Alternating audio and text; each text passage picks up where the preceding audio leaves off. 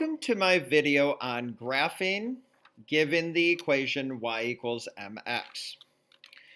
So remember from our previous lesson that m represents the slope. So the slope is going to be the number in front of the x. So the equation of a line can be written in many different ways. The equation y equals mx represents a proportional relationship. And remember, a proportional relationship is a multiplication pattern all the way through. For example, if the pattern was times 2, then if you looked at each x value and compared it to the y, you'd be able to multiply it by 2 to get to the y. So y equals mx represents a proportional relationship in which a line passes through the origin.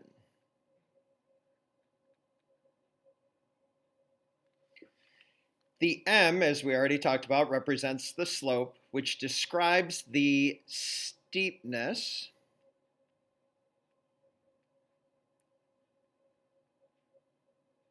of the line.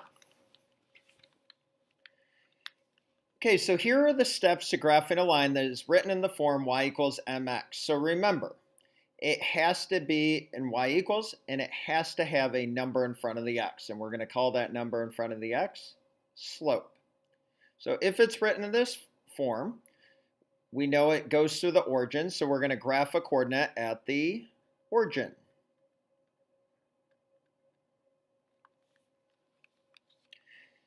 Identify the slope and write it as a blank if needed. We're going to write it as a fraction because yesterday when we introduced slope, we talked about it as change in y over change in x, vertical change over horizontal change, and rise over run. Well, if it's not a fraction, then I only have a rise and not a run. So we'll review how to change a number to a fraction when we get down to the examples.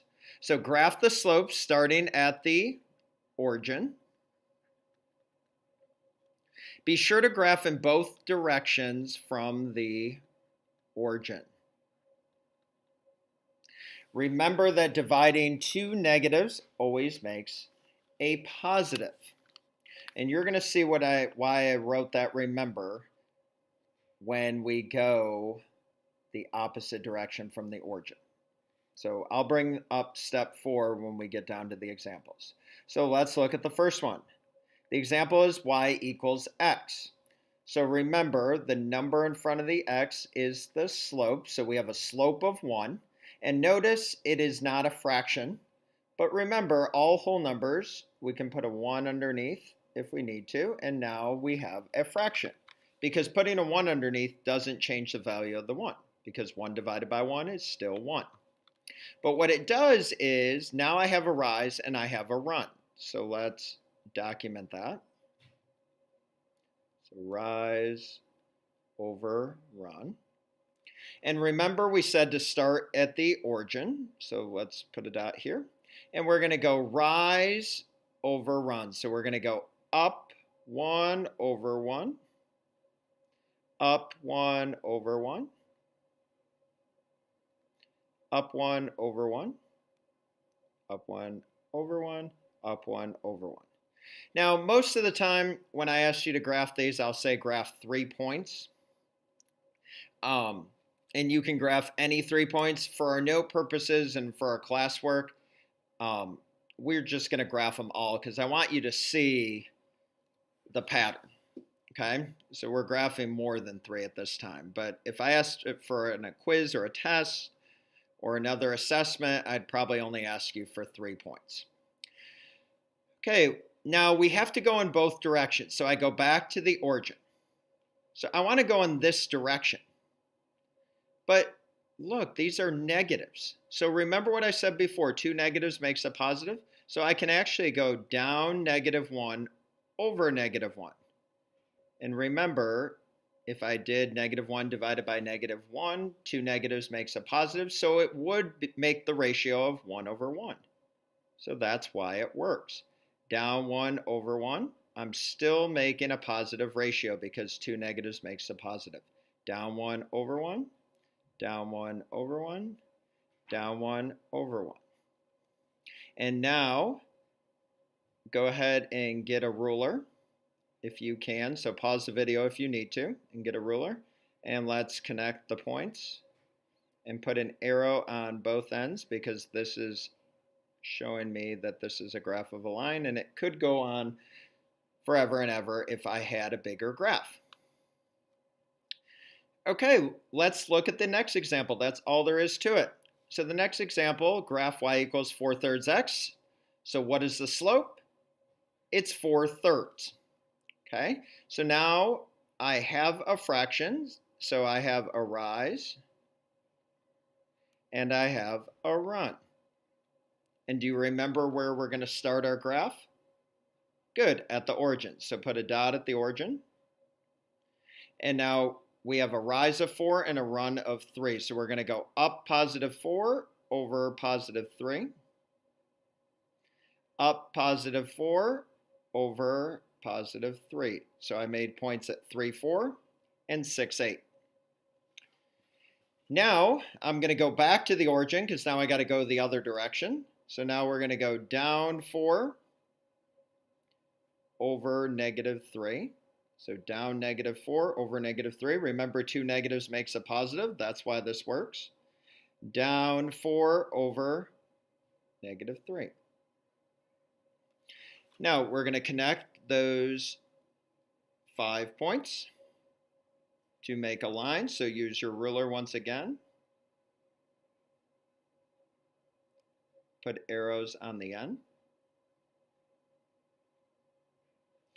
And my graph is complete. Okay, go ahead and turn the page. And let's look at graph C and graph D. So graph C says graph y equals 1/4 x. So the slope is 1/4. So because it's a fraction, I have a rise and a run. So let's label that. I have a rise is the top and run is the bottom. And do you remember where we start? Good, at the origin. And our rise is 1 and our run is 4. So that means we're going to go up 1 over 4. And notice I can't go anymore because if I go up 1 over 4, I'm off the graph. So go back to the origin. And I'm going to go down -1 over -4. And remember, 2 negatives makes a positive. That's why I'm able to go down and left. And use your ruler to connect your points.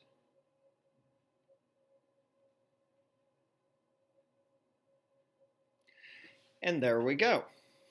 So that one, it only had 3 points, which is okay. Those are the only 3 that we could possibly graph according to the numbers on this coordinate plane. So now the last one says graph y equals 4x. So here the slope is 4, but notice it's not a fraction. So I can turn it to a fraction so I know what the rise and the run is. So put a 1 underneath. That tells me that the rise is 4 and the run is 1. So this is helpful to label this. So when you do your classwork, I want you to label it like this so you know which each number represents. So do you remember where to start? Good, we start at the origin. And this time our rise is 4 and our run is 1. So we're going to go up 4 over 1. Up 4 over 1.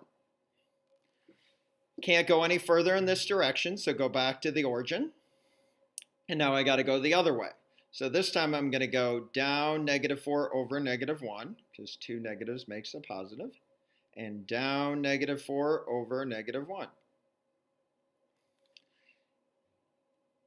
Now you'll know if when you're graphing in the negative direction, you'll know if it's correct because it will make a complete straight line. Because remember, this is a proportional relationship, so it's going to make a straight line right through the origin.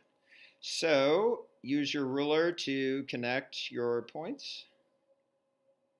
Put arrows on the ends. Okay, now I'm going to need you to look back at all the examples. So go ahead, you see the two examples on my screen, but go ahead and look at examples A and B again. Okay, hopefully you looked at them. And I want you to be thinking about which is the steepest line that we graphed. And hopefully you're thinking that the steepest line we graphed is right in front of you, right here. And it is. Graph D is the steepest one. And do you know why? Because if you look at all the other slopes, this one has the greatest slope. This is 4 whole. This is 1/4. Graph B was 4/3. And graph A was 1. So the greatest slope of all 4 of those would be 4. So it has the steepest line. Now, go ahead and look at all the graphs one more time. And which one is the flattest? Hopefully you're thinking this one right here. Okay, this one is the flattest, and here's why. Because if you look at its slope, 1/4 is 0.25. This is 4 whole. Graph B was 4/3, which is 1.3 repeating, and graph A is 1 whole. So 0.25 would have the smallest slope out of all of those. And the smaller the slope, the less steep that the line is. Okay, let's look at our conclusions.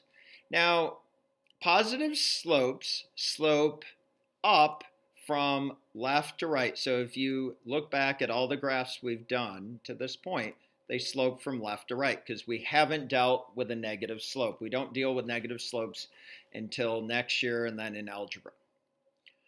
Okay? But I'm going to tell you something.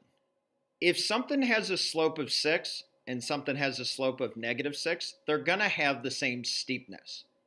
Okay, just like 1/4 and -1/4, they're going to have the same steepness. But negative slopes are not going to slope from left to right. Okay? They're actually going to slope. They're going to slope from left to right, but they're going to slope down from left to right.